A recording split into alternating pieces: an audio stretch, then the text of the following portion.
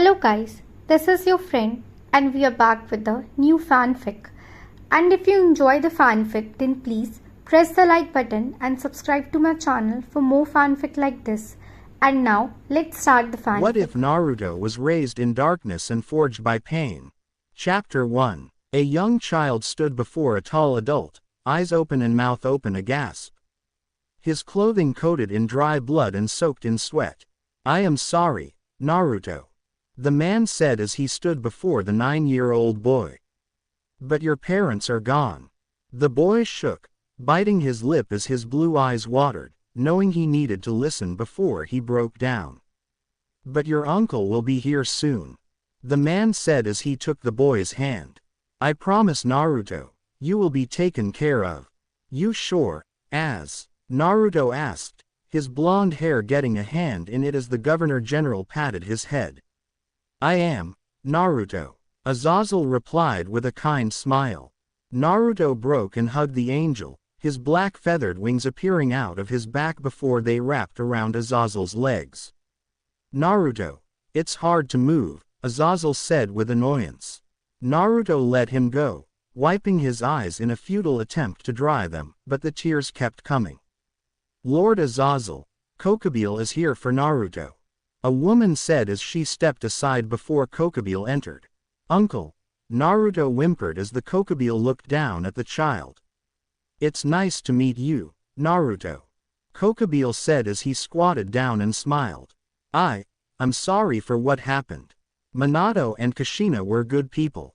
Naruto felt uncomfortable, gripping Azazel's pants tightly. "Are Naruto's things packed?" Azazel asked the woman, who held her hand out and summoned Naruto's backpack, which was stuffed with several things from his house. At least things that weren't destroyed or coated in his parents' blood. "Here you go, Naruto," the woman said as she helped him put his backpack on. "There," she pinched his cheeks, smiling playfully as he held a face of displeasure.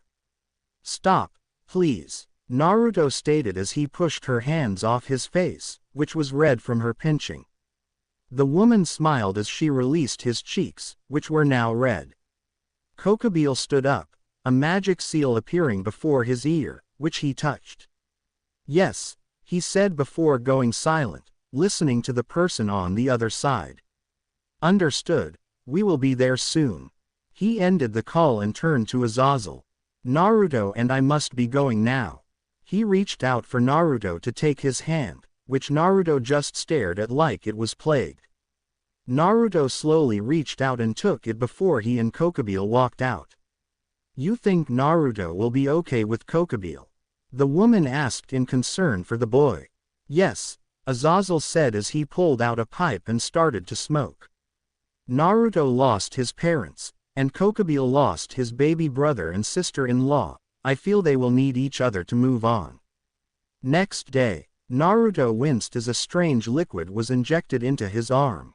He was wearing a hospital gown while currently being strapped to a table. "Uncle," Naruto whimpered as his arm felt tingly before he gasped. "Don't worry, Naruto," Kokobile said through a speaker, due to being behind one-way glass. "This is just a standard procedure." Before Naruto could ask, magical lightning suddenly pulsed through his body. "Og gog gagagha," Naruto screamed as his body was amped with hundreds of volts from magic lightning. Kokobile watched as Naruto was electrocuted. "The serum is now in his veins, now all we need to do is do intense torture therapy to awaken them," the head doctor said as his associate working the control watched in horror. "Lord Kokobile, we need to stop. That boy is of my ilk, so he can handle it," Kokobile stated as he stared strictly at his nephew on the slab. "Keep going, and increase the voltage." The scientist weakly nodded before he turned a knob, increasing the intensity. Naruto's voice cracked, squealing into a high-pitched scream as his eyes dilated to the point of vanishing. The scientist could not stomach it and hit the power cancel button, ending the shocks. Naruto stopped screaming, hitting the slab he was cuffed to, his body sizzling with multiple lacerations on his body with blood leaking out. HMPH. Give him an hour to heal, then we will return to our therapy. Kokubile ordered, displeased with the scientist's cowardice. The scientist, named Reiki Goriki, gripped his hands in anger. This, I can't, Reiki thought as he got out of his chair and walked into the room, taking the small fallen child and took him to the infirmary. Hey, a female fallen child said as she appeared before Reiki, scaring him. Mother of Ayame, Reiki shouted through his teeth as he looked at the giggling child. Ayame Kajo, age 9, had raven-colored hair with golden eyes. She was currently wearing a hospital gown like Naruto and was flying with her tiny wings. Got you. Who is this? Ayame asked as she took notice of Naruto's charred body, and took notice of the patches of skin that were healing back to a healthy shade. Oh, he heals fast. Oh, good, that means some of the experiments are working.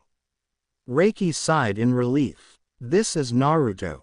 Oh, Lord Kokubile's nephew, Ayame stated, getting a laugh at Reiki's disapproving glare at her purposely misstating his name. He is cute. Reiki stayed silent as he placed Naruto in a bed and then hooked a breathing machine onto him, to help the young boy breathe. Reiki left, but Ayame stayed behind, standing at the edge of the bed, on her feet staring at Naruto as his body healed up.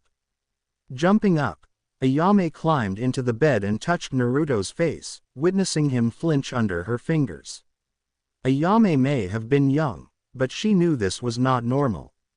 Skip 1 year. Naruto, age 10, collapsed, gasping for air in a tank that was 85% depraved of oxygen. His eyes were losing vision as the veins in his body bulged under the pressure. A loud TSSSS sound echoed in the tank, allowing oxygen to fill the tank, which Naruto gulped down the precious gas for his dear life. Good work, Naruto, Kokubile said as he smiled. You earned the rest of the day off. Naruto shakily got up, Reiki opening the tank and helping him out. Gee then, Naruto gasped out as his lungs having nearly collapsed. Naruto, said child was tackled by Ayame, who hugged him tightly. I've been waiting, now let's go.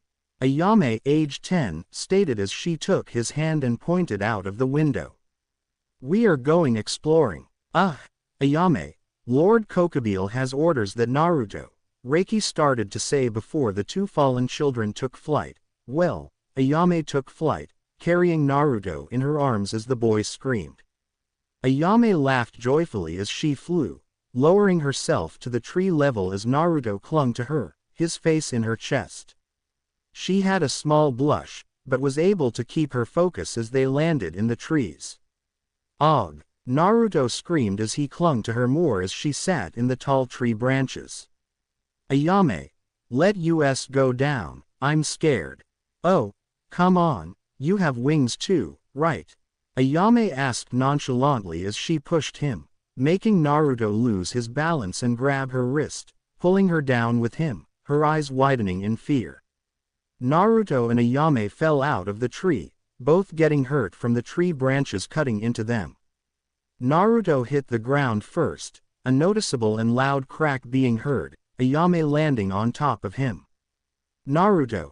Ayame shouted in fear and worry as she saw blood leaking from Naruto's head. Ayame! Naruto! Reiki! Ayame screamed, getting the man's attention. What is, OMG Naruto? Reiki shouted as he saw Naruto's head had been split open. He ran to Naruto's side and assessed the damage. To his shock, Naruto's skull, muscle, and flesh was reconstructing itself. His healing factor, Reiki thought as he watched the boy's skull heal itself. It's been kicked into overdrive. Does this mean the assimilation and chimera serum has activated? Ayame wailed in tears as she thought she had killed Naruto, hugging his limp body as she did. Oh okay. Let's get back to the lab. Reiki stuttered as he picked up both children, unfurling his 4 wings and taking off. 10 minutes later, Reiki was sitting in a chair, beaten and bloodied as Kokubile punched him over and over again. What is your job? Kokabeel asked in a cold tone. 2. To test my chimera serum, with the assimilation magic formula, Reiki mumbled with his cheeks all puffy and swollen. Yes, and the test subject, what is your job with him? Kokabeel asked as he gut-punched Reiki into near unconsciousness. TTT to keep him safe, Reiki gasped as his organs shook from the force of the punch. And did you do that? Reiki shook his head, his nuts shrinking in fear as he felt the intense urge to pee. Kokabeel sighed, walking to the door as he cleaned his fist of Reiki's blood. Make sure this doesn't happen again, or else I'll have your head, Reiki. Kokabeel warned. Reiki nodded, his adrenaline running out as he lost consciousness to protect himself. Kokabeel read the report Reiki gave him. So, the serum should be activated by now, so we need to test it. Kokabeel thought with a dark smirk. Meanwhile, Naruto lay in bed with Ayame snuggling into him, refusing to leave his side. I'm sorry, she sniffled as she rubbed her runny nose. I'm sorry, Naruto. Within Naruto's mind, Naruto floated in darkness, neither scared or comfortable with what was going on, or the lack thereof. He felt like there was somebody watching him, so he turned around and saw no one, but could not shake this uncomfortable feeling. A green pulse brightened the darkness behind him, making Naruto turn once more. What is that? Naruto questioned as he saw what he could only assume was a green glowing heart. It pulsed, like any normal heart. But it felt off. Naruto neared it, reaching out. The air around it felt alive along with the heart as it beat calmly and steadily. His hand neared it, feeling the warmth of the heart before he touched it. An explosion of light blinded him, with sounds of jumbled words being faint before becoming louder. Brain activity, up, waken, soon. Oh, God. Naruto cracked open his eyes, before closing them as the light hurt them. Wah, he gargled out, reaching up to touch his pounding head, feeling heavy bandages. Naruto, Ayame exclaimed happily as she wrapped him in a hug. Ayame, Naruto asked at the sudden hug, wanting to hug her back but the IV in his arms preventing him from moving his arms. What happened? You took a serious blow to the head, Reiki said with a sigh of relief before glancing at Ayame. He picked up some X-rays and turned on the light, revealing Naruto's skull. The first one showed his skull, the back part completely shattered. This is what it looked like when we brought you in, Reiki explained as he put up the second one, showing his skull had fully healed. But this is what it looks like now. How long? Naruto asked as he relaxed into Ayame's embrace. 4 days, she replied, playing with his hair. Naruto frowned. The door opened, pulling their attention to it, making Naruto cower behind Ayame as Kokabeel entered. Ayame quivered in fear as Kokabeel's eyes ran over her. She nearly killed my masterpiece, he thought, his face remaining neutral though his mind was angry. I will not do anything for now, but if it happens again, then discipline will be dealt. His gaze shifted to Naruto, who shook visibly. You uncle, Naruto spoke, trying to hide his uneasiness as the cardinal fallen angel neared his bed. Are you healed, Naruto? Kokabeel asked in slight concern. He didn't wait for a response as he took Naruto's medical clipboard and went over it. I see, well then, he said as he put it back before ripping the IVs out of Naruto's arms, making the boy wince. We shall resume out sessions. Lord Kokabeel, he just woke up, Reiki said as he stopped Kokabeel. His muscles need some time to regain some strength and he needs to eat. Kokabeel hid his smirk as he turned to Reiki. Don't worry, Naruto will soon eat, and if it goes well, he won't have to go through anything strenuous. Reiki swallowed the lump in his throat, keeping Ayame back as Kokabeel dragged the 10-year-old child away. May Father have mercy on you, Naruto, Reiki thought in defeat. His self-loathing and aggression stewed as he clenched his fist. Ayame took anxious breaths, envisioning multiple horrific things Kokubile could put Naruto though. Ayame, Reiki said as he turned to the child, her worried eyes looking at him. Let's go to the field, I'll help you further your light tempering. Ayame, lost for words, nodded. While she walked out with Reiki, her mind and heart were focused on Naruto. Lab. Naruto sat alone. Kokubile had led him there, and unusually left him, stating he would be right back.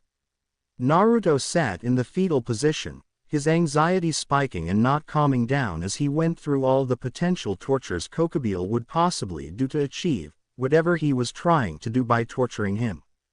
The door opened and in stepped Kokubile, dragging something in. It was a kitsune female.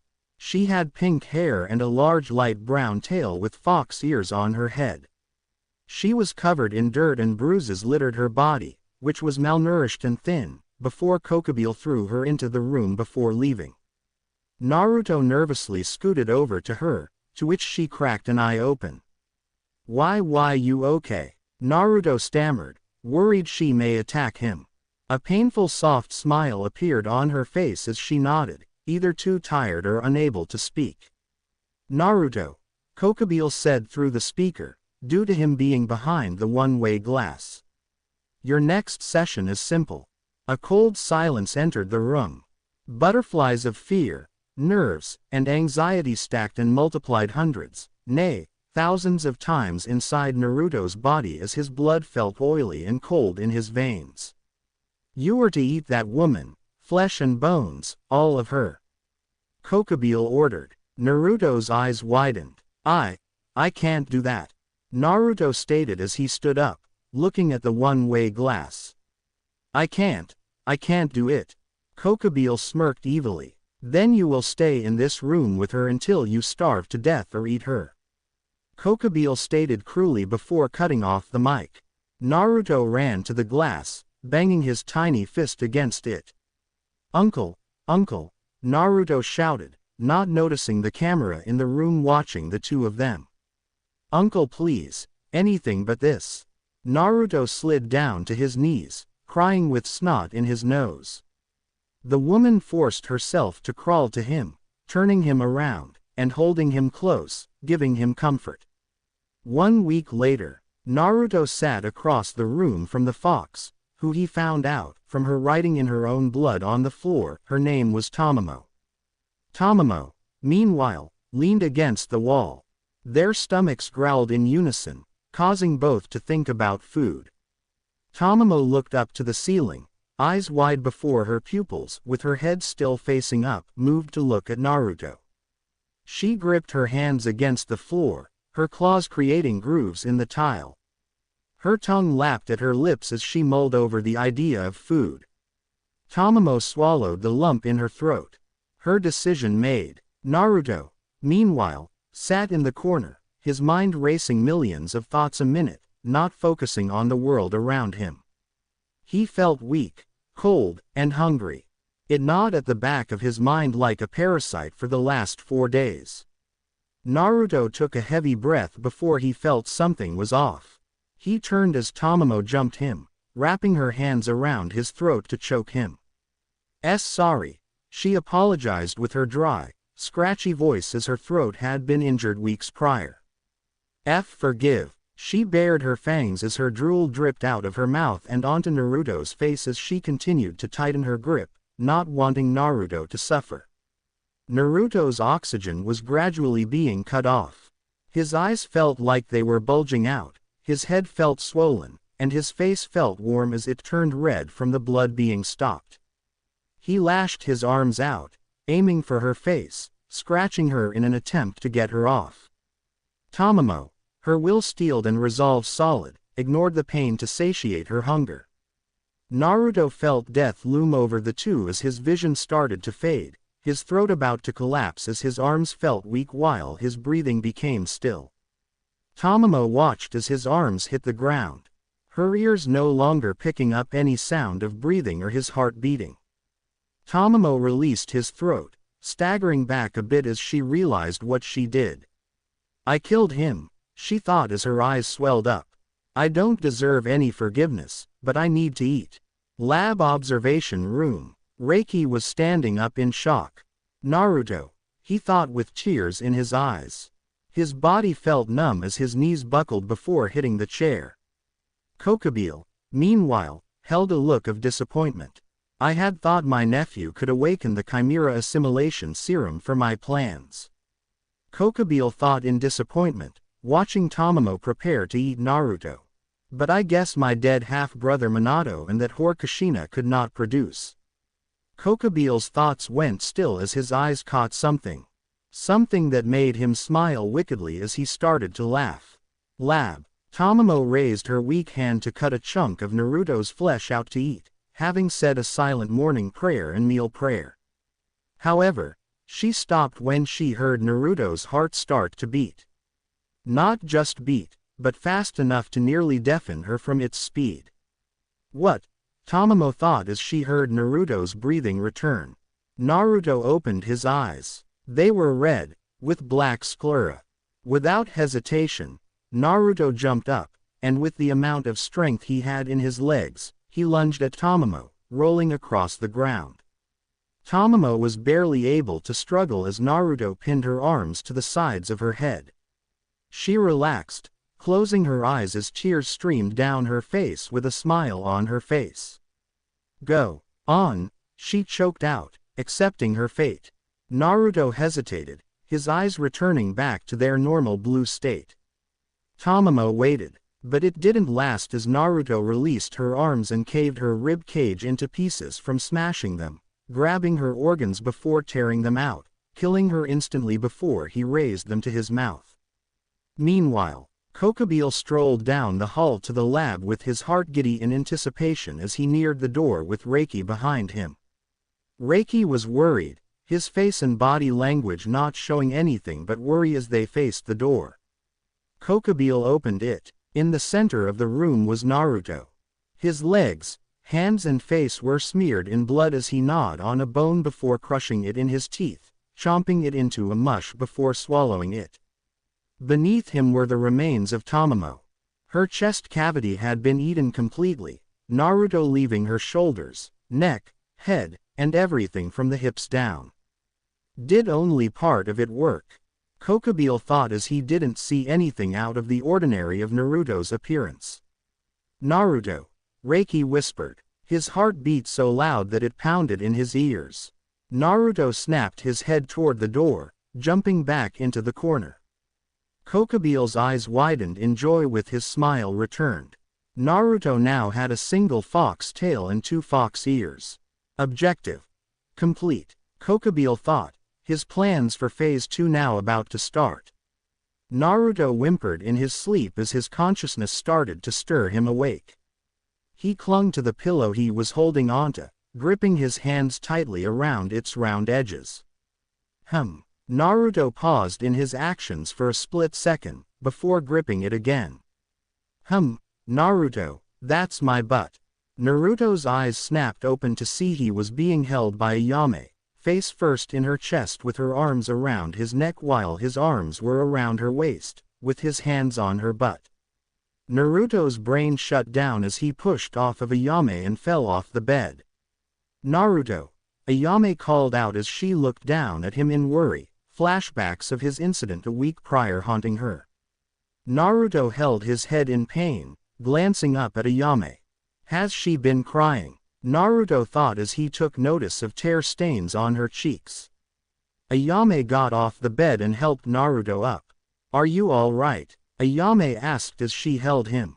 You have been out for a day. Naruto was about to answer but stopped as his head pulsed in pain.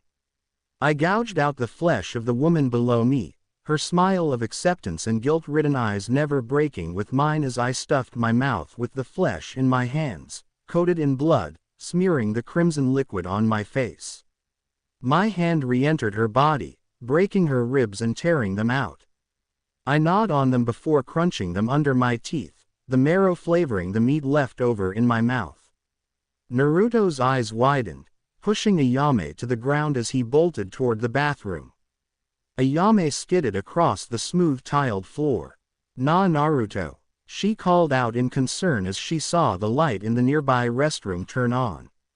Naruto let out scream, a high-pitched scream, prompting Ayame to run into the bathroom, stopping when she didn't see Naruto. Before the sink, next to the small shower and toilet, where he would have been standing, was a kitsune female with long pink hair that had been let down with a long bushy tail and fluffy ears. On her cheeks were 3 whisker marks on them, for a total of 6. She was wearing a hospital gown that was much too small for her, leaving her waist and below completely uncovered. "Who the FCK are you? Where is Naruto?" Ayame demanded, not FC king around when it came to the safety of her best friend. Ayame, this woman stammered out as she reached out, only to fall over when Ayame moved aside, not wanting to be touched. "Ayame, I am scared, what is going on? How do you know my name?" Ayame demanded before she was grabbed by the woman, who clung to her tightly with her eyes pouring frantic tears. "I don't know, my body," the woman cried out, causing the lights in the hallway to be turned on as the sound of footsteps were echoing in the halls near the room. "It's me, Naruto." Ayame's eyes widened as the door slammed open, revealing Reiki and a few handlers that worked in the facility. "Ayame, what is going on? Where is Naruto?" Reiki asked, taking notice of Ayame's position and the woman. Naruto jumped off of Ayame and grabbed at Reiki. "Reiki, I'm Nagyafumf," Naruto attempted to say before the handlers tackled him to the ground to subdue him. "What is the hell is going on?" Kokobile demanded as he entered the room, wearing his cloak over his pajamas. "It's 4:30 in the morning. Lord Kokobile," one of the handlers stated as they held Naruto down. "This woman broke in and attempted to attack Dr. Reiki. Naruto's location is unknown." Kokobile looked at the woman under them, and smirked. He walked over and knelt down, looking Naruto straight into his panicked eyes.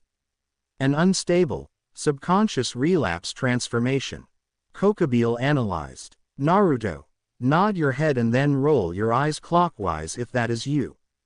Naruto, with a bit of a struggle, nodded his head and rolled his eyes clockwise. Kokobile's delight was not hidden as his childlike glee sparked in his dark eyes. "This is going to happen if you lose control," he explained. "Now, close your eyes and focus on your magic core. Once you do, focus on your original body's look." Naruto did as ordered as he closed his eyes and focusing on his magic core. Once he gained enough focus on his original body, Naruto started to shrink, the long pink hair shortening and changing color to his original blonde as his fair skin returned to normal peach tan. The tail retreated up his spine bone as the ears vanished amongst his hair. Ayame watched as her friend returned to his original self, except his cheeks. The whisker marks were still on his cheeks. "Good," Kokobile said as he ushered the handlers to release Naruto. "Now, to prevent this from happening, you will undergo some training." Naruto didn't reply as he gasped for air, his head feeling light and foggy from holding his breath. "All right everyone, go back to bed and to your posts," Kokobile ordered as he stood up, leaving the children alone with Reiki. "Doctor," Ayame asked in worry as she knelt down and helped Naruto back up. "What is going on?" Reiki looked her in the eyes, his guilt pumping into his blood, causing his body to go numb. "I will explain, later," he said as he helped Ayame get Naruto to bed. "When we are better rested." Ayame pouted, but nodded as Reiki left. She got back into bed and held Naruto close. "I will never leave you, Naruto," she thought as she pressed their cheeks together. Naruto's mind. Naruto floated unconsciously in his mind, the mental stress having causing him to pass out. Holding him protectively was Tamamo. However, she had a bright green organ on her chest, with bright green veins spreading across her body. "I am sorry, I didn't mean to scare you," she whispered apologetically. "I don't mind, but we shall work together, to protect him." The glowing organ pulsed. Tomomo's legs started to fade as the veins consumed her body, not fighting it or feeling any pain as she fully vanished. Meanwhile, well, Dr. Orochimaru, can you train the boy? Kokobile asked the head scientist. After all, it is your assimilation formula that was mixed with Reiki's chimera formula that is pumping within Naruto's veins. Orochimaru smirked. Of course, Lord Kokobile. I can train the boy. After all, with what we have planned for him, he needs the control. Orochimaru explained. Next morning, Naruto nervously ate his breakfast with Ayame. The silence was killing Ayame, where before, Naruto would be somewhat talkative and energetic. Naruto, Ayame said as she reached out to touch his hand, only for him to pull away. Don't, he said with a choked tone. It's not safe. Ayame's heart started to break as she heard this. The look in his eyes were one of defeat and self-loathing. Not being deterred, Ayame took his hand and squeezed it. Naruto, I am here, so is Reiki. She explained, praying that he would listen. You don't need to run away from me, we are friends, right? Naruto's heart fluttered with his cheeks brushing red. He slowly nodded his head, unable to look her in the eyes. Small victory, but I'll take it. Ayame thought as she got up from the table, brandishing a big, mischievous smile. Want to see something funny? Naruto looked at her, eyes regaining a spark of life. Sure, Naruto said in hope that what she was going to show him would make him laugh. Ayame took a few steps away as she held out her hand. I have been working on my light weapon of choice, she stated as she focused on creating said weapon of light. Naruto watched as the light materialized in her hand, before deadpanning. Ayame Kajo presenting the most unique light weapon, Ayame stated, flourishing her weapon. The light dildo bat. In her hands was a long, circular weapon that looked like a purple mail of purple light with the guard being the balls. Are you serious? Naruto deadpanned replied. Oh, wait, there is more. Ayame continued as she held up her left hand, creating another light creation. And now, I present to you, the shield. True to its name, the shield looked like a spread vagina within the labia majora lips, which was the same purple color as the dildo bat. Naruto shot backwards, blood gushing from his nose as he partially transformed into Tomomo. His left side was a perfect copy of the kitsune he consumed. His limbs longer and a single fox ear popping out of his head. Ayame laughed as she saw this, finding his reaction cute as she walked up to him, holding out her light weapons. Want to hold them? She asked cheekily. Naruto shook his head no, hands pinching his nose to stem the bleeding, which was fruitless as his nose had already stopped bleeding due to his healing factor. Is that hair I see on the shield?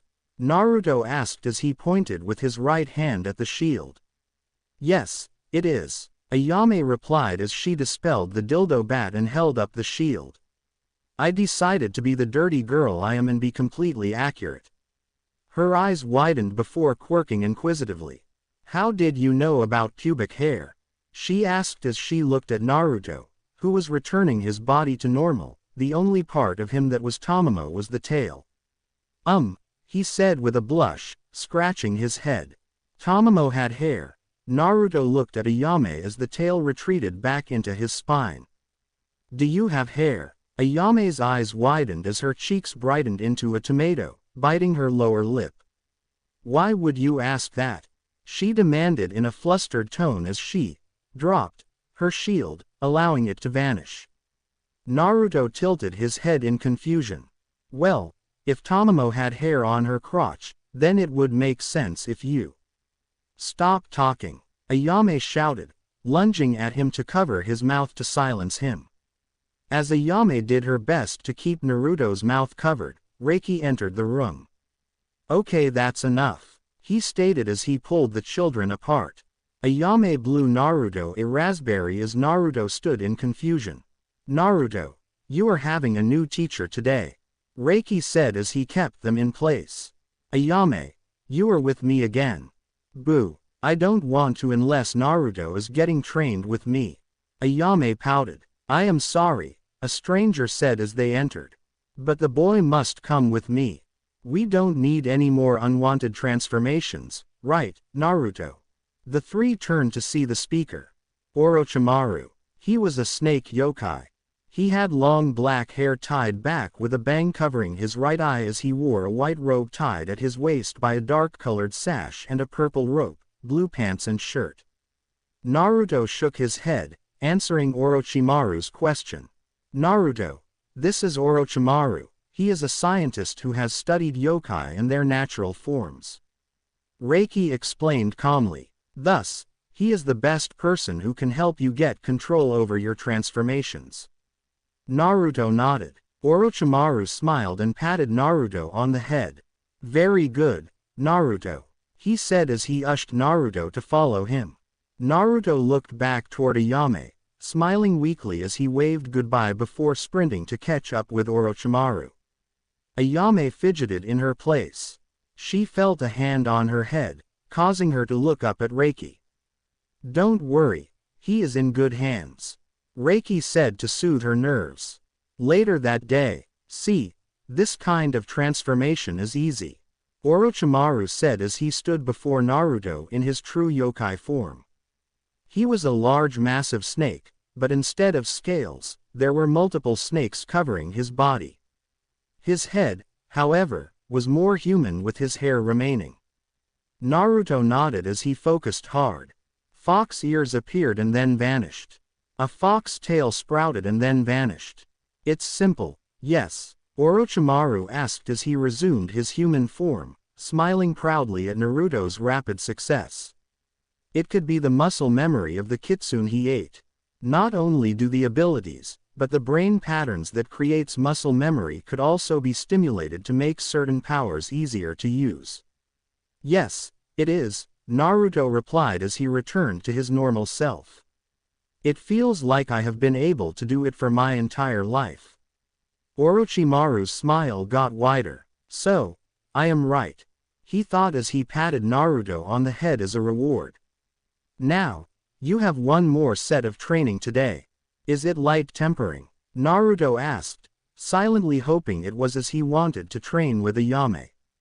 Sadly, no, Orochimaru said as he led Naruto to the appropriate training area. But it's still very important to you, Naruto. Naruto felt on edge from how Orochimaru spoke. A sense of dread soaked into Naruto's bones as they neared the facility's training room. Orochimaru ushered Naruto into the room, locking it behind the boy. It was a large room and spacious, with a large pane of one-way glass, which caused Naruto to swallow the lump in his throat as his nerves were unraveled. Am I going to be watched? Naruto thought as the door opened once more, but this time, yokai were shoved inside. There was a Nekomata female, an ox-octopus male, a horned horse female, a humanoid turtle male, and a large slug male. Welcome everyone, Kokobeel's voice echoed through the speakers. Today you can earn your freedom. This caught the attention of the yokai, but Naruto shuffled backwards, his breath hitching as he had an intense sense of déjà vu. Kokobeel smirked evilly next to Orochimaru, who took the microphone. To earn your freedom, Orochimaru said, picking up where Kokobeel left off, is to kill everyone in the room. Whoever is the last to live shall walk out of this facility. The yokai heard this and looked between themselves and Naruto as the microphone was hung up. Without warning, the turtle charged toward the slug, curling up to form a wheel with spikes on it. Eek. The slug squealed as they were squashed into the ground, before it broke up into mini versions of itself before reforming. That was dangerous. The ox braced itself as the Nekomata attacked it with an axe kick. Damn, that skin of yours is tough, she stated before she was thrown off, nearly getting gored by the horse's charge. Naruto slunk into the corner, trying to be quiet and hide to survive. However, he was grabbed by the arm and thrown to the center of the room. Seems we have a little kid, not wanting to earn their freedom. the horse said as they took in the information, before steam raised from her skin. I am sorry, but I want my freedom. She charged toward Naruto, being the one willing to kill the child. Naruto squeezed his eyes shut as his body went numb.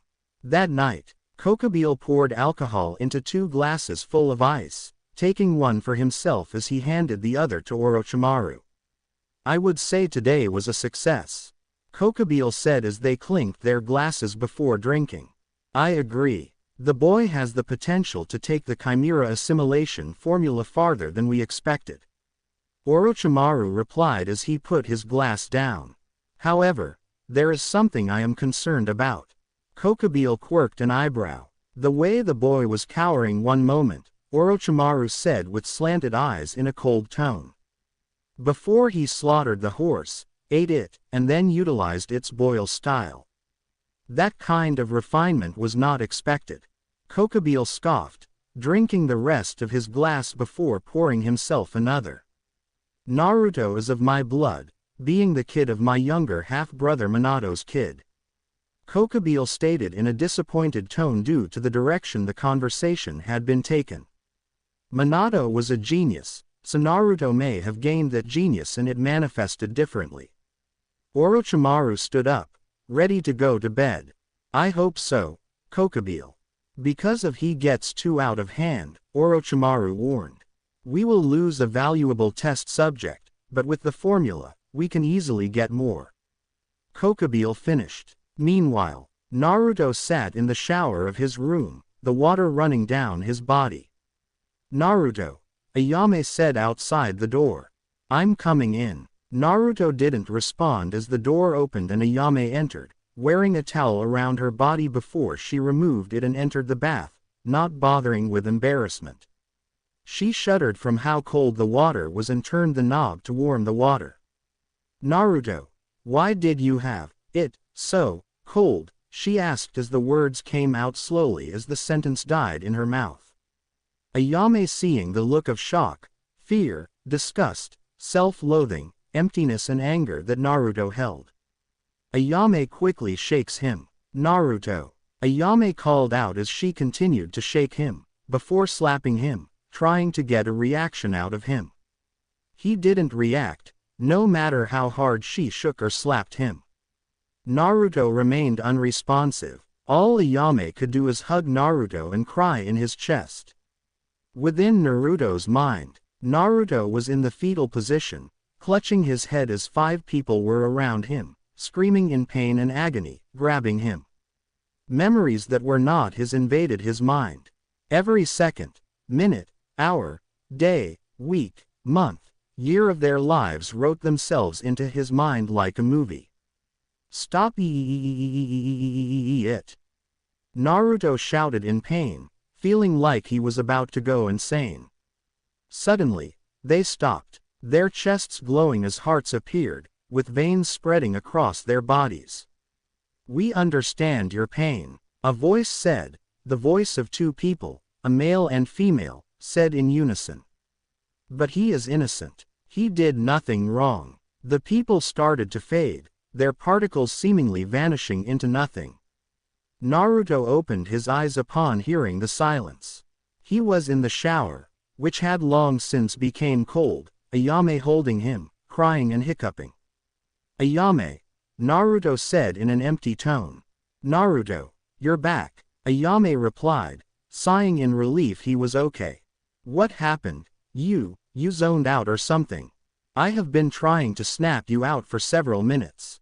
I just, Naruto replied in the same dead tone.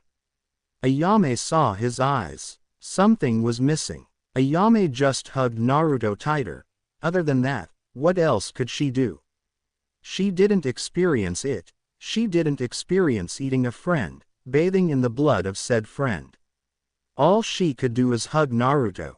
After all, she knows that whatever she says wouldn't make anything better.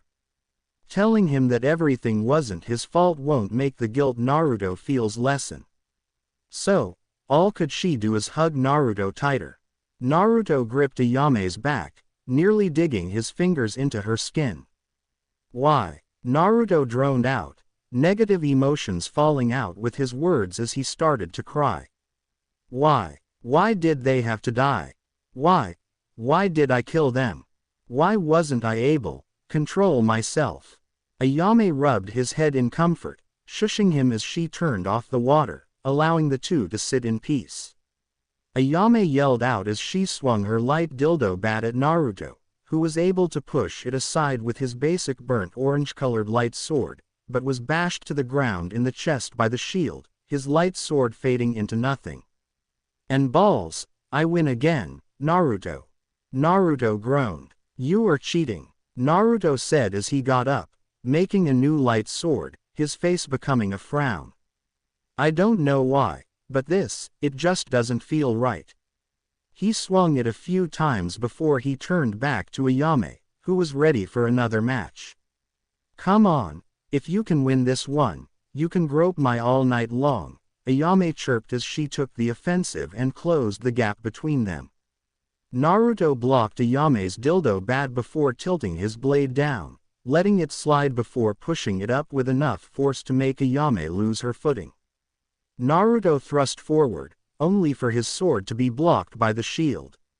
Ooh, that hurt. Oh, are you raw? Ayame said with a cheeky smirk with a tone.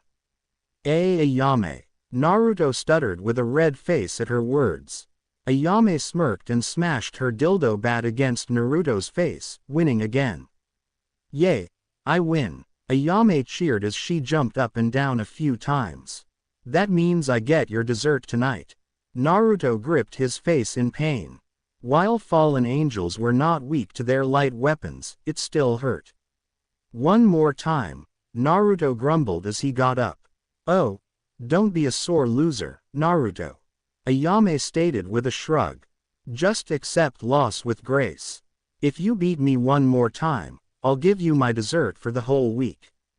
Naruto stated as he pointed at her. Small pudding cups appeared in Ayame's eyes at the words, for the whole week. You're on, Ayame stated as she got ready. And if you win, I'll give you my dessert and allow you to touch my. Naruto turned red again, but didn't let it get to him as he made his light weapons. However, PFF'd, what is that? Ayame asked as she laughed at what Naruto created. On both of his hands were what appeared to be a set of light claws. They looked like gauntlet armor, going all the way to the knuckles and being bendable at the joints for normal hand movement. It is what feels most natural to me, Naruto explained with a confident smirk as his eyes narrowed. Plus, I want to earn a week's worth of desserts and that butt groping. Ayame shuddered in concern at his confidence. Both kids got into stances. Naruto charged toward Ayame, who went for a shield bash, only for her to feel her left arm get pushed to the side by Naruto. Ayame brought the bat down, only for it to be blocked by Naruto's left arm, which was protected by the light gauntlet before the bat was pushed aside, leaving Ayame's body open. Naruto went to punch Ayame for the win, only to lose his footing, and instead of punching, he swiped at her, shredding her clothing off. Ayame's eyes widened as her body was laid bare to Naruto, whose eyes widened, not taking his gaze off of her. Battle pervert, Ayame screamed as she covered herself before smacking Naruto in the face. Ow! It was an accident. Naruto shouted as he raised his arms and did his best to keep Ayame from hitting him. Besides, we bathed together, so what's the problem? Ayame went red as she balled up her fist and punched Naruto, breaking his nose. FCK, Naruto shouted in pain, blood spraying from his broken nose. Okay, what is going on here? Ayame turned and saw Reiki holding a blanket. She snatched the blanket out of his hands and draped it over his shoulders, shuddering in embarrassment. I get 2 desserts tonight, Ayame stated with a pout. Naruto doesn't want his, so he is giving it to me. Reiki quirked an eyebrow as he turned his attention to Naruto, whose nose was snapping back into place. Okay. I don't understand, but okay, he said as he squatted down and helped Naruto up. By the way, Orochimaru and Kokubile want to see you now, Naruto. Naruto shuddered as an intense chill ran down his spine. Sweat and a slimy mucus poured from his pores as he subconsciously transformed into a slug. After a few seconds, Naruto regained his composure, returning to normal, before he summoned his black wings and took flight to the laboratory. Ayame's face softened into a pout as Naruto shrank before fading into the distance. "All right, Ayame, pay attention," Reiki said as he got into teacher mode. "Summon your weapons so we may begin." Ayame shook her head, clearing her mind a bit and created her weapons. "I promise, I will protect you, Naruto," Ayame thought as she took the lessons taught to her. Laboratory, Test Room Alpha. "You want me to transform with 3 different attributes?" Naruto asked dumbly, question marks hovering above his head. "Yes," Orochimaru said as he stood before his pupil. "Take your time, we have all the time in the world." Naruto faltered a bit. As usual, his explanations are vague and clouded in mystery. Naruto thought as he closed his eyes in focus. 3 attributes, 3 attributes. Behind one-way glass, Kokobile watched Naruto with a careful, analytical eye. Naruto's legs became digitigrade and covered in fur as he took the appearance of a humanoid fox, snout, ears, and tail. His fur was a shade of orange with white tips on his ears and tail. Naruto focused harder. Bull horns tore through the skin on his skull as it forcefully grew them out of his head, the skin that burst receding as it healed while his muscles bulked a bit. A squid-like tentacle sprouted next to his fox tail, which caught Kokobile's attention. "Very good, Naruto, now one more," Orochimaru urged. Naruto focused very hard, scrunching his face in concentration before he exhaled. His fox ears widened to be a mix of a fox and cat ears as he shrank slightly. A cat tail started to sprout from his spine to join the others, but the alteration stopped. "Come on, Naruto," Orochimaru urged. Naruto tried to focus but lost concentration, losing the Nekomata features completely. I can't," Naruto gasped out. "Too tough. It will take time," Kokobile said from the speaker. "Just keep training, it will become easier. You will have enough time to practice the next 3 weeks." Naruto perked up at these words, his ears going up. 3 weeks? He asked cautiously. "Yes, I am going to be attending a meeting with the Grigori for 3 weeks." Kokobile explained, rolling his eyes as he didn't want to leave the facility. He didn't want anyone finding this place, and with him gone risks of being found out increased dramatically. In his head, Naruto was dancing. 3 weeks of simple training and no torture. Sign him the FCK up. But he kept his face neutral for now lest he get punished. "Of course, uncle," Naruto said in respect as he bowed. "I will do better. I know you can, Naruto," Kokobile said before dismissing Naruto for the day. Once in the hall, Naruto ran down it with pep in his step and a massive grin splitting his face like the Cheshire Cat. He barreled down the hall, took a right and headed to the training grounds. As he did, Kokobile was talking to Orochimaru. "Don't worry, I'll make sure to keep him in line," Orochimaru reassured to the Cardinal Fallen as Kokobile prepared to leave for the next 3 weeks.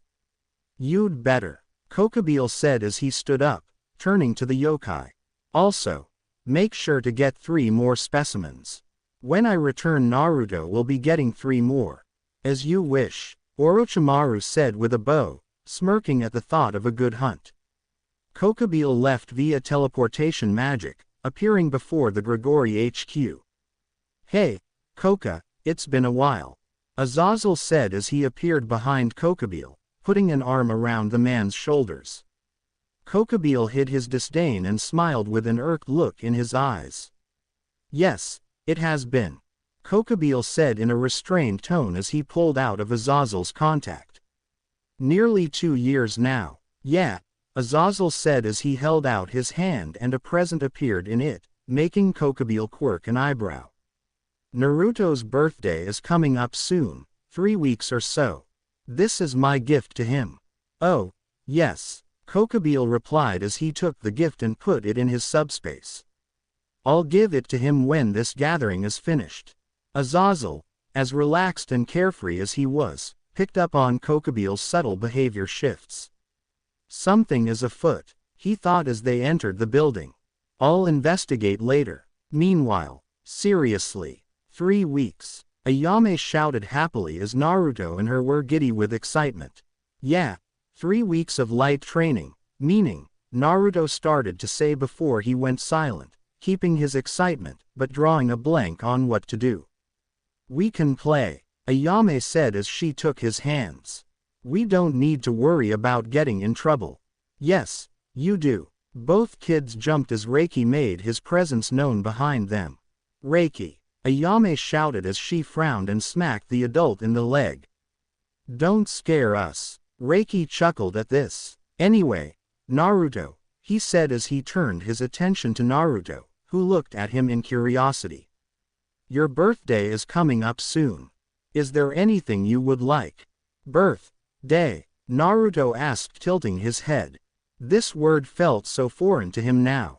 Naruto looked at the ground with a sad expression, shoulders drooped as he thought of his parents. Reiki felt horrible as he saw the boy remember his birthday. Naruto, I'm sorry, he apologized as he knelt down to look in his eyes. I forgot. What happened? Ayame asked, as she didn't know what was going on. Naruto's parents died on his birthday nearly 2 years ago. Reiki explained, making Ayame's eyes snap open in shock. Naruto was so deep in thought he drowned out all noise and sounds around him. Mom, he thought, Kushina Uzumaki, a fallen angel. And Naruto. Naruto was pulled from his thoughts and looked up, before looking down to see Ayame was smaller than him now, eyes wide and jaw dropped. Kushina. Naruto looked at Reiki in growing confusion at Reiki's shocked expression. What? Naruto said, though his voice didn't sound right anymore. His eyes widened and he looked down, seeing his hands were a different tone and that he was much taller, with a more hourglass figure. Then he took notice of the face. His lower torso was completely exposed. Naruto's face became red and he instantly squatted down, letting long red hair to fall from his back and follow gravity. Red hair, light skin, Naruto thought as he touched his hair, eyes widening as he looked up at Reiki. You said Mom's name earlier. Do I look like Mom? Instead of answering, Reiki used some magic to reflect light to make a mirror. Naruto looked in and indeed, he now resembled his mother, Kushina. Down to the very last detail. This is amazing, Reiki said in shocked stupidity. Did the combined serums grant him a transformation ability? No, it isn't an illusion, I watched his body transform. It has to be a literal physical transformation. Naruto, can you remember what your father, Minato, looked like? Reiki asked. Naruto quirked an eyebrow before nodding. Yes, but, did you know my parents? Naruto asked, since Reiki never mentioned his parents before. I fought alongside Captain Minato during the faction war, it's where he met Kushina. Reiki explained. But can you remember him clearly? Naruto was amazed, but did as he was told. Naruto closed his eyes. Minato Namikaze, a fallen angel. The younger half-brother of Kokobeel. Reiki and Ayame watched as Naruto's body grew a few inches taller, his long hair receding before returning to its natural blonde, though it took a different style. His skin also returned to its natural tan tone. He gained muscle mass. Amazing, Ayame said as she saw this. Naruto opened his eyes, revealing they too had changed back to his normal cerulean blue. You look just like your father, Reiki said with teary eyes. Naruto looked at his hands and could feel the difference. But, how? Naruto asked as he started to feel his chest tighten before his head began to feel light. I feel. Naruto's eyes became heavy and he was caught by Reiki, gasping for air as he returned to normal. Seems this takes a lot of stamina. Reiki observed as he took a mental note for Naruto's training. Though this is amazing Naruto. Naruto didn't understand, but accepted this. Wow, Naruto, you're amazing. Ayame shouted as she got in his face, stars in her eyes. Turn into me next. Ayame, that's enough, Reiki said with a smile. He is tired, plus he is new to this. Let's get you two to your room for a nap. But I am not tired. Ayame whined. But Naruto is, Reiki said as he stood up, carrying Naruto in his arms. Come now. He took Ayame's hand and the trio went to the shared room of the children. Once Naruto was tucked in and sound asleep, Reiki and Ayame left the room.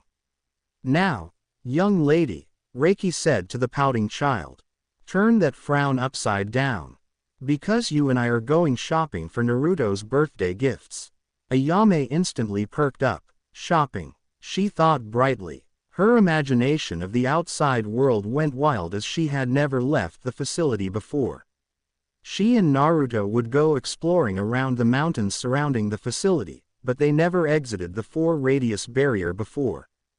Okay, she said in excitement. Reiki smiled before handing her a small package. Ayame looked at it with a confused look.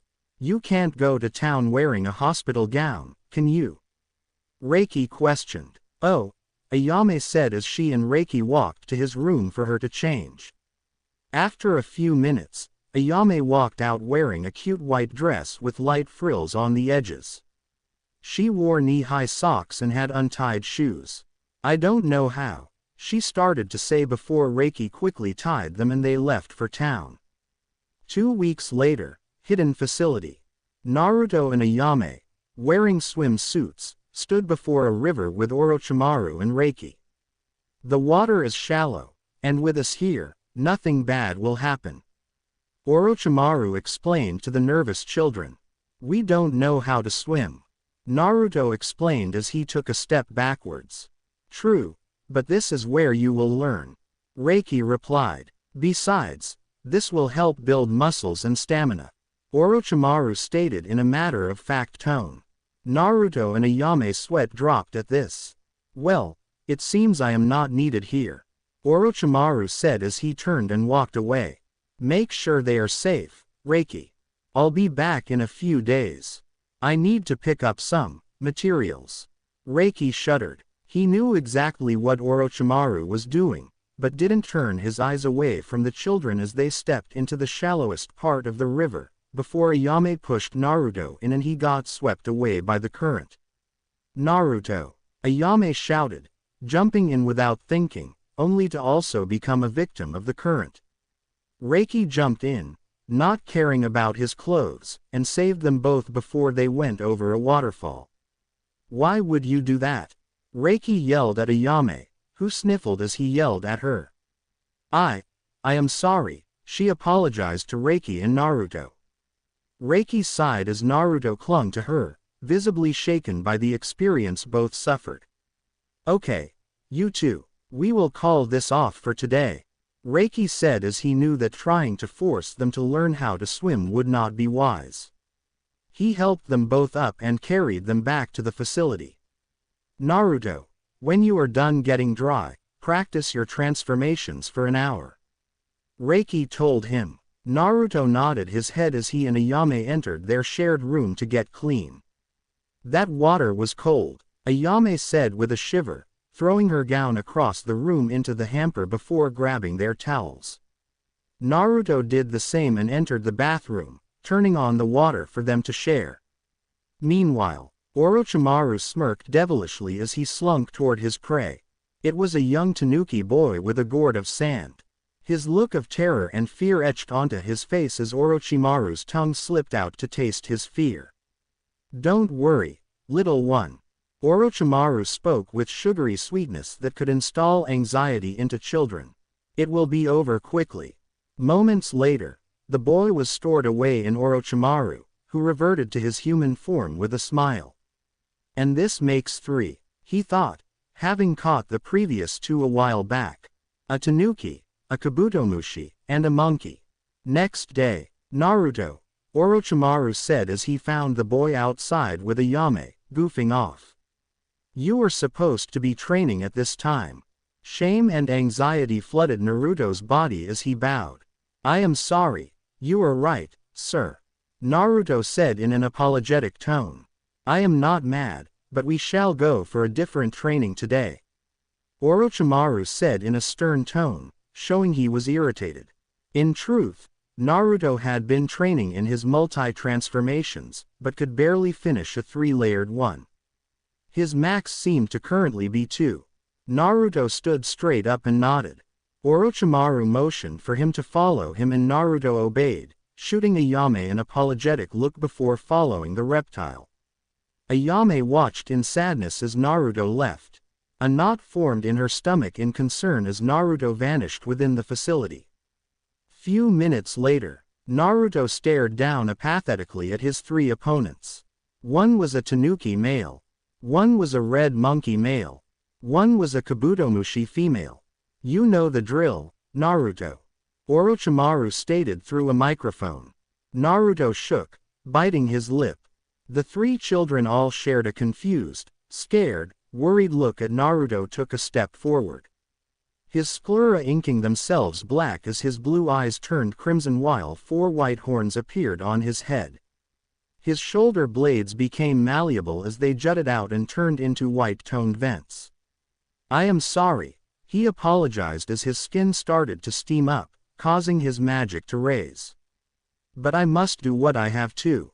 As Naruto slaughtered the kids, Orochimaru smiled at his progress. Just a few more pushes, and we will have our perfect weapon, Kokobile. Orochimaru thought as blood splashed across the one-way window.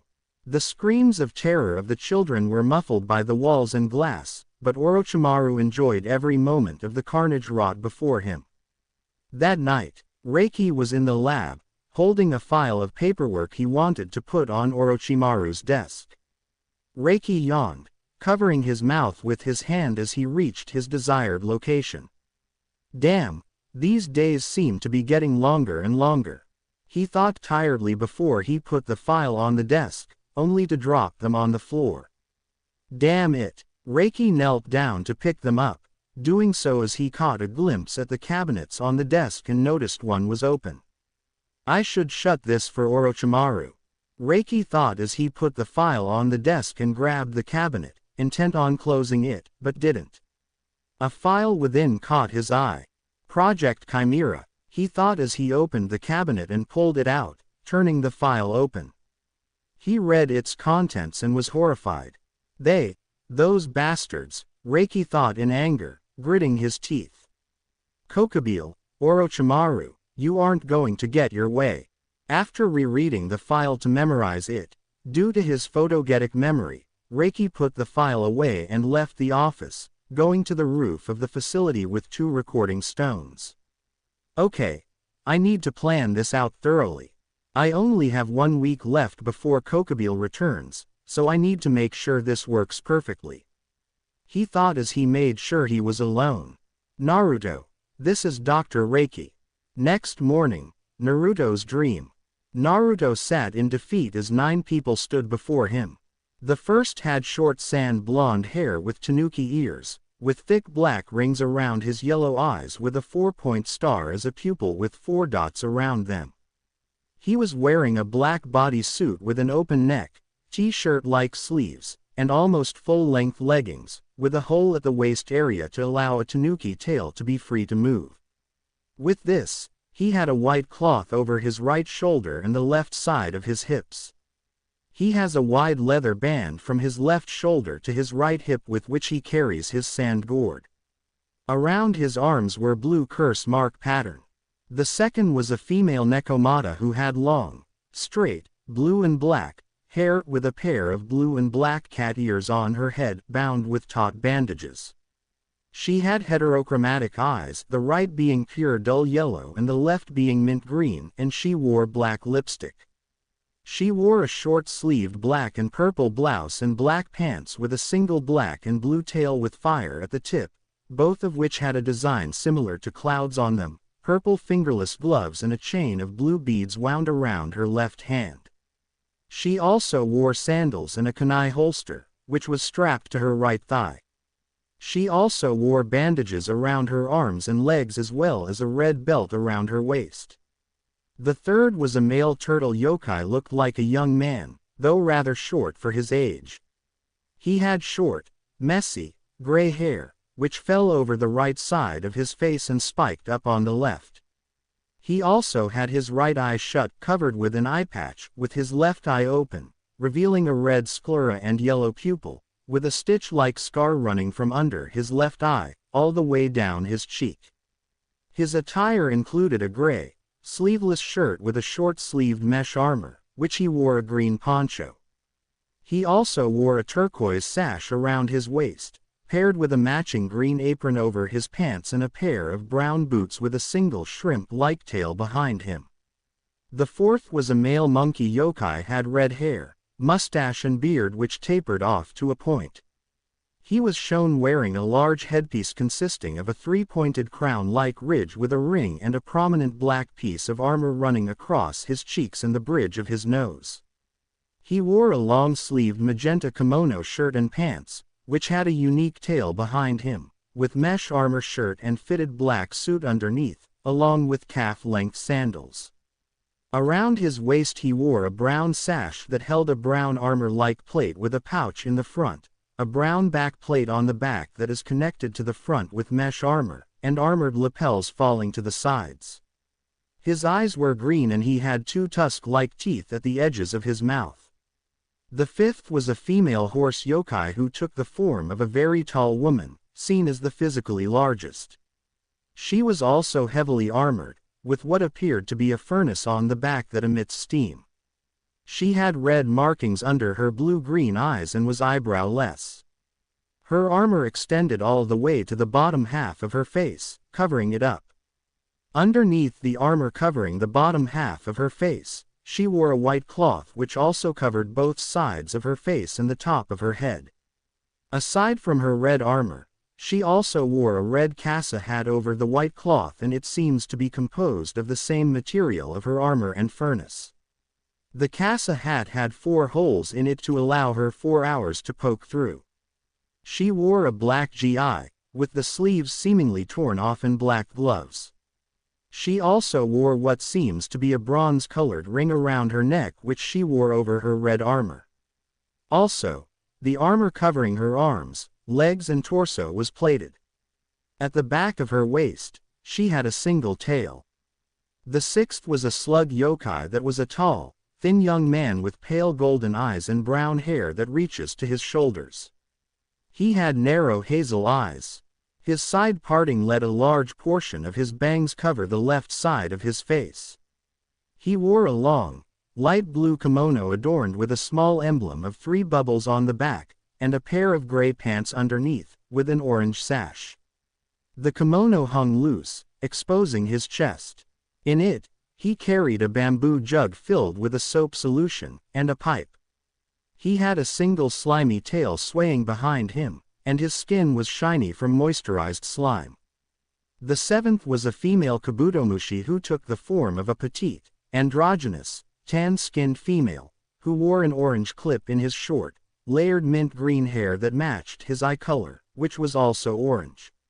On her forehead was a small horn protrusion that forked like a rhino beetle.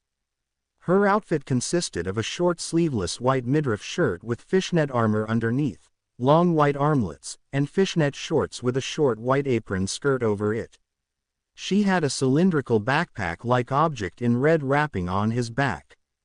Around this backpack were 2 insectoid wings, and at the base of her spine was a single light green tail. The 8 was an octopus male that had dark skin and a muscular build, as well as white hair and a goatee. On his right shoulder, he has a tattoo of the kanji for iron, and on his left cheek he had a tattoo of a bull's horn, and above his ears were 2 bull-like horns, though the left one was cut, leaving it blunt. His top lip also has a slightly darker hue than his bottom one. He had a white headband around his head, covering his forehead and resting between his horns and ears. He wore oval-shaped sunglasses and a white-colored forehead protector. He also wore a one-strap over one shoulder flak jacket, and a long, red rope belt tied around his waist, the white and red hand and shin guards, shinobi sandals, and a white scarf around his neck. On his back he had a small gray, rectangle sheath that carried two short swords that had red handles and gold pommels. He had one tentacle-like tail swaying behind him. The ninth was a female kitsune with lone pink hair tied in twin pigtails with blue ribbons. She wore an off-shoulder kimono that was made for battle, black and white with a majority of it being dark blue. She had bright orange fox ears upon her head and a single tail behind her. The one thing they all shared were bright green hearts pulsing on their chests, over their clothing as green veins spread across their bodies. All stared at the 10-year-old boy as he stared with dead eyes back toward them. The kitsune's eyes were soft and understanding. The rest were full of anger and rage, all aimed toward him. Naruto shook as they stared at him with their intense anger. "That's enough," a voice said as a green light appeared behind Naruto, engulfing all of the beings there. The beings' bodies broke down into light particles and slowly vanished, leaving Naruto alone. He turned and saw a familiar sight. A massive green heart that gave off a warmth that made him feel at ease as much as it confused him. Who are you?" Naruto asked, knowing he wasn't hearing things. He got no response as it lit up, blinding Naruto. End dream. Naruto's eyes opened. "I'm back in my room," he thought as he recognized the area. He shifted and sat up, looking at the clock. 2 in the morning, he thought in irritation before he laid back in bed, his hand going over his face. "This is fucked up." His arm went to his side as he turned and saw Yame sleeping soundly in her own bed. Naruto's face softened. He closed his eyes and fell back asleep. 3 days later, Naruto knelt down on one knee, as the day he was born. He had eye stalks like a slug. His body had bloated a bit while his skin was pale and slimy with a single sticky tail swaying behind him. Scrunching his face in concentration, Naruto focused on the next layer. Slowly his back solidified and hardened, spikes protruded from it as a hard shell appeared. It opened to reveal 6 insectoid wings as a green, whip-like tail appeared with his other tail. A rhinoceros beetle horn broke through Naruto's forehead as the insectoid plating covered his head, leaving his slug-like face exposed. His ribs moved awkwardly before small insectoid legs tore through his flesh. "You are doing better, Naruto." Orochimaru congratulated at Naruto's current form. Now, for the 3rd edition. Naruto didn't make any sounds or movements to show he heard Orochimaru as he focused on his task. "This is so hard," Naruto thought with gnashed teeth feeling like they were about to become powder from the amount of pressure he was grinding his teeth with. A 3rd tail started to sprout, white with a faded orange tip as 4 horns appeared on his head, the helmet of insect armor opening to let them start to grow. 2 vents started to form through the plated shell, curving outward away from him. Naruto closed his eyes to keep going. Grog. Naruto gasped from his concentration being broken, losing the newest additions and staying with the first 2. Orochimaru shook his head. "It seems we still need time for you to get this," Orochimaru stated in disappointment. "Though you did well to get this far." Naruto stayed silent as he returned to normal, gasping for air as his stamina was drained. "Why can't I get this? I can use the fox powers so easily. But when I try to transform into the others, it is like climbing a mountain at a 90-degree angle." Naruto thought tiredly. What was that noise? It sounded like a bestial roar. Flashes of the 9 beings he saw in his dreams made Naruto swallow a hard lump in his throat. "I am probably overthinking it," Naruto thought as he got up and put on a gown. "You can take the rest of the day off," Orochimaru said to his student. Naruto bowed and started to leave. "Naruto." The young man stopped. "Happy birthday," Orochimaru stated before he left through a different door. Naruto's eyes widened. "It's my birthday," Naruto thought, not having remembered. Not feeling anything, Naruto walked in the hall alone, his head deep within the clouds of his mind. He approached his room and opened the door. Surprise! Naruto flinched at the sudden shout of the two people within the room. Ayame and Reiki. Behind them was a small cake that had two candles in the shape of the number 1 to show the number 11. What? Naruto asked dumbfoundedly as he didn't expect this at all. What? It's your birthday, silly. Why wouldn't we celebrate? Ayame said before blowing a party blowout in his face, the roll bopping into his nose. Come on, Naruto, Reiki said as he ushered the boy into the room. Naruto entered and was put into a chair, the cake put before him. He stared at it as Ayame and Reiki sang, "Happy Birthday."